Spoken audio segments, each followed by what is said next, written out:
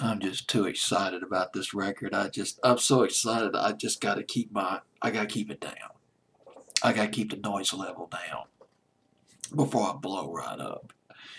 One of the great garage rock and roll records of all time.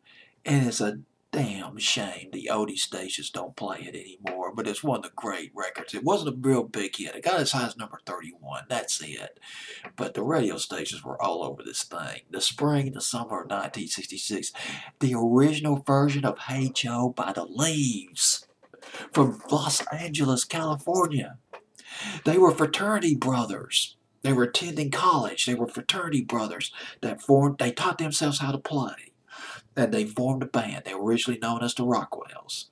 It evolved into the Leaves a few years later. The best known version of Hey Joe, and it's unfortunate, is by the Jimi Hendrix Experience.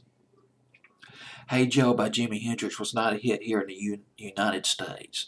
Keep in mind that Jimi Hendrix was shunned by most top 40 stations in the late 60s.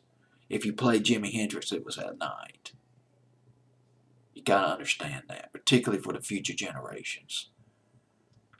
Engelbert Humperdinck was played more than Jimi Hendrix on the pop stations in the late 60s. Just bringing it all into perspective. He was just too ahead of his time. But I'm getting off topic. What I was going to say was the Jimi Hendrix version of Hey Joe went top 10 in England. His version, top 10 hit in England. But let's go to the Leaves. Oh, God, this is rock and roll. This is just standard hook-filled, kick-ass rock and roll. Blasting out of the AM bandwidth. In the spring of 1966, the summer of 66, it roared right out of the AM radio stations, the top 40 stations.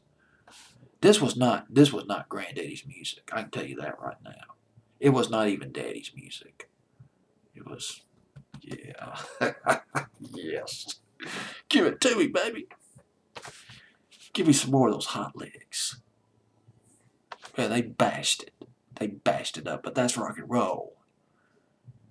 Break it out of the mode. That's why I call the 60s the golden years. 1964 to 73, the golden years. Now, let's talk about the guy who produced this record. Nick Venet. V-E-N-E-T. Nick Venet was a record producer. He was a record wonderkin. He joined the staff of Capitol Records when he was 21 years old. He has worked with the Letterman.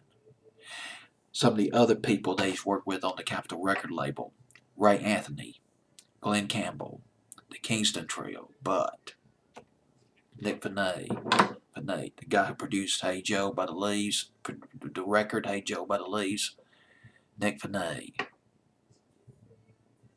his biggest discovery, the Beach Boys. He signed the Beach Boys to the Capitol record label around 1962. Nick Venet called these guys teenage gold, and boy was he right. The Lees were playing the dance, the surf parties, the dance parties, the Lees or the Rockwells, and they got a spot. I can't pronounce they replaced the Birds as a house band of a place. It was a nightclub in Los Angeles. It was called, it's C-I-R-O, Kairos or Ciro, something like that. They were a house band over at that nightclub. They were going places, but this was their only hit. Went to number 31. Produced by Nick Venet, the guy who signed the Beach Boys to the Capitol record label. Can't emphasize that enough. All right. 9 weeks, I believe, on Billboard's Hot 100. It's down to 84. It's dropping.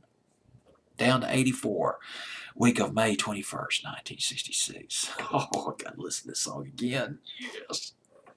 This is one of my rock and roll anthems.